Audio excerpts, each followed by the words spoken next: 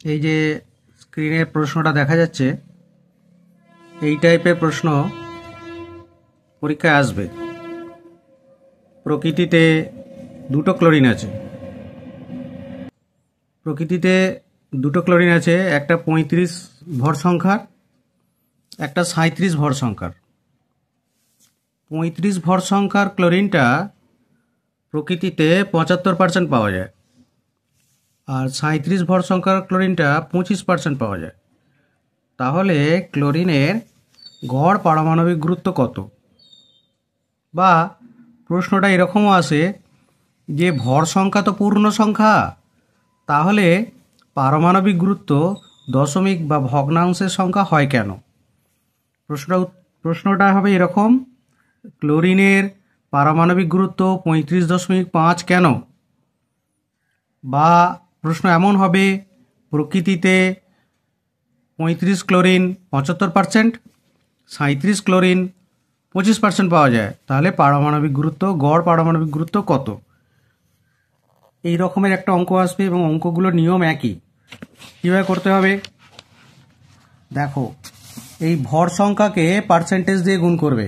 গড় লিখবে এভাবে, গড় পাগু পারমাণবিক গুরুত্ব সমান 35 ভর সংখ্যাকে গুণ করবে 35 দিয়ে 75%কে।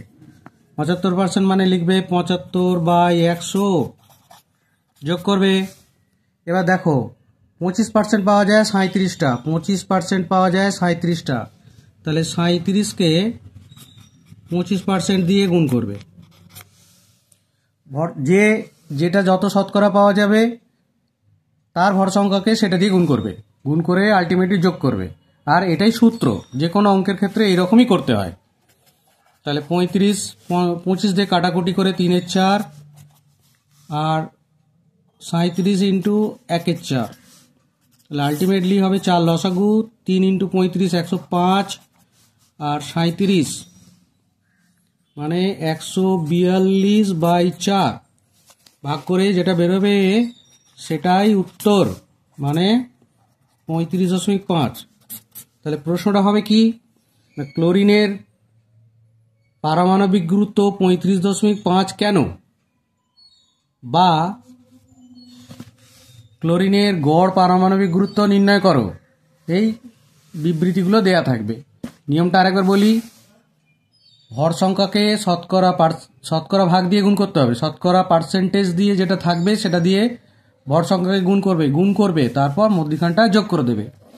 যদি অঙ্কটা এরকম হয়, ক্লোরিনের জায়গায় বোরন থাকতো, বোরনের দুটো আইসোটোপ আছে এক্স আর বোরনের ওয়াই, এটা মনে করো A% পাওয়া যায়, এটা B% পাওয়া যায়, তাহলে বোরনের পারমাণবিক গুরুত্ব হবে X into A/100 plus Y into এই Y ইন্টু B/100।